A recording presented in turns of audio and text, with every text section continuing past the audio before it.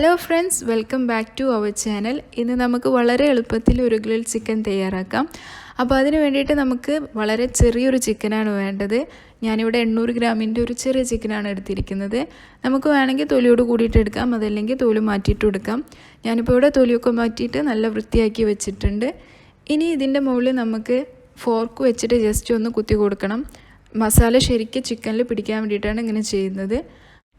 ഇനി നമുക്ക് ഈ ചിക്കൻ മാരിനേറ്റ് ചെയ്യാൻ ആവശ്യമായ മസാല തയ്യാറാക്കാം. അപ്പോൾ അതിന് വേണ്ടിയിട്ട് ഒരു ബൗളിലേക്ക് 2 ടേബിൾ സ്പൂൺ നന്നായി ചതച്ചെടുത്ത ഇഞ്ചി വെളുത്തുള്ളി, 1 ടേബിൾ സ്പൂൺ മുളക് പൊടി, 1 സ്പൂൺ ഗരം മസാല, ഇതിലേക്ക് ഒരു അര ചെറുനാരങ്ങയുടെ നീര് കൂടി ഒഴിച്ചു കൊടുക്കാം.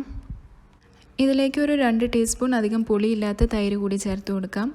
ഇനി ഇതിലേക്ക് നമുക്ക് ആവശ്യമായിട്ടുള്ള ഉപ്പും കൂടി ചേർത്ത് എല്ലാം കൂടി നന്നായി ഒന്ന് മിക്സ് ചെയ്തെടുക്കാം. ഇനി നമുക്ക് ഈ മസാല ചിക്കനിൽ നന്നായി മാരിനേറ്റ് ചെയ്ത് വെക്കണം. അപ്പോൾ അതിന് വേണ്ടിയിട്ട് ചിക്കൻ നമുക്ക് നന്നായി ഒന്ന് വൈപ്പ് ചെയ്തെടുക്കണം. ഒരു ടിഷ്യൂ പേപ്പർ വെച്ചിട്ട് ചിക്കൻ നന്നായി തുടച്ചെടുക്കുക. അതിനുശേഷം നമുക്ക് ഈ ചിക്കനിൽ മസാല നന്നായി മാരിനേറ്റ് ചെയ്ത് ഒരു 30 മിനിറ്റ് വരെ ഫ്രിഡ്ജിൽ നന്നായി ഒന്ന് സെറ്റ് ആവാൻ വേണ്ടി വെക്കാം.